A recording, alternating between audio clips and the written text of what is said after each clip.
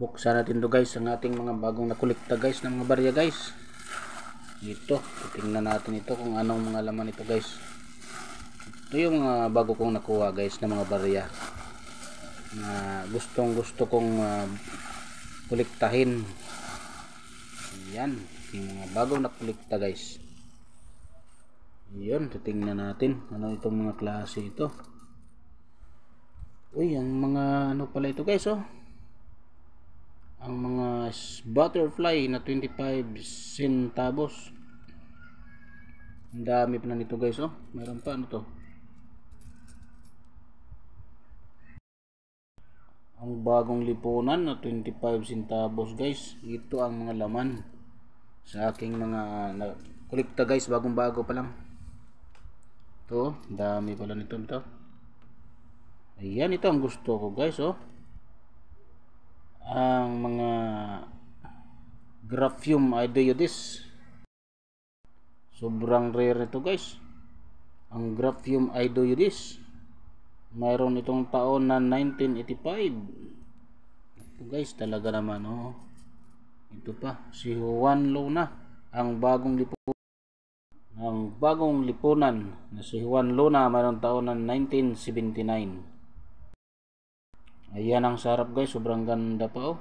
So, marami ito guys. Talaga namang napakaswerte ko ngayong araw guys, oh. Ito pa, oh. Tingnan natin anong dito.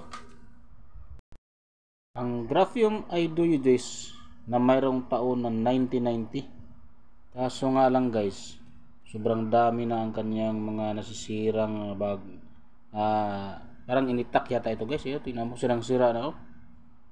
So mayroong taon na 1990. Sayang naman ito guys. Tingnan natin sa likod guys. Ito yung sa likuran guys. Sobrang dami naman talaga, nasasayang lang ang mga barya natin guys, nasisira. Ayan, oh, sayang na sayang, nasisira. So magiging reject ito guys. So di bali, marami pa naman dito. Ito yung napaka-rare na coins guys, ang napakaganda. Yan guys, ang ganda ng itsura, kaso lang maraming mga damage. Parang pinako yata ito guys, oh. Dahil sobrang tagal na nito guys. Tingnan natin sa harapan natin guys.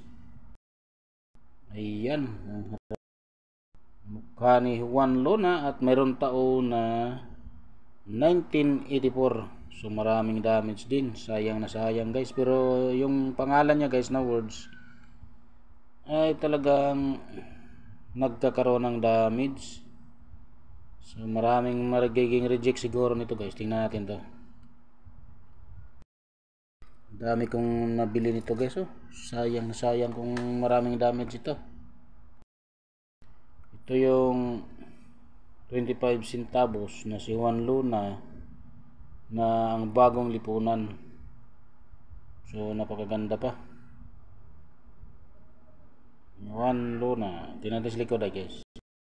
Sa likuran 1982, 1949 ang bagong lipunan 25 centavos.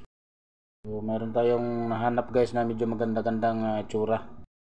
Ito yung mga bago kong nakolekta guys, ang mga 25 centavos na large type. Mayroon pang mga small type nito guys sa baryang ito guys, ang Graphium Iodoides. So ganito yung mga barya ko guys na hinahanap guys. Kinokolekta ko yan kasi kailangan ko sa aking mga koleksyon. Yan, oh, ganda. Yun, ang ganda naman talaga. Oh, walang kagas-gas guys. So madumi lang yan guys ang kanyang itsura. Yan, Republika ng Pilipinas. Tingnan natin likod. Yan, oh, walang damage. 1979. Ako, medyo matanda na ito guys, oh. 1979. So napakagandang koleksyon ito guys. Pag nag-alok kayo ng barya guys, lagyan nyo ng presyo guys para hindi ito matagalan. Magsaliksik din kayo sa mga price ng ating mga barya dahil hindi naman ito nabibili ng libo-libo. Mura lang ito guys, napakamura lang. Yan guys, oh, ganda.